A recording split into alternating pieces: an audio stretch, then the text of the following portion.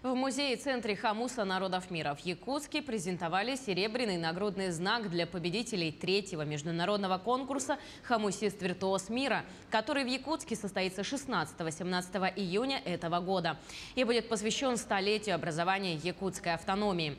Нагрудный знак будет вручен 9 победителям, которые получат высокое звание хомусистов-виртуозов мира. В предстоящем конкурсе планируется участие более 40 исполнителей из регионов России и зарубежных стран. Дизайн нагрудных знаков олицетворяет силу единства. По вообще исполнению данного знака хочется сказать, что она оформлена в качестве, оформлена в качестве нашего солнца, как бы солнечного знака. Есть еще использованы наши традиционные узоры, орнаменты, оформлено дополнительно циркониями. Вообще сам знак изготовлен из серебра.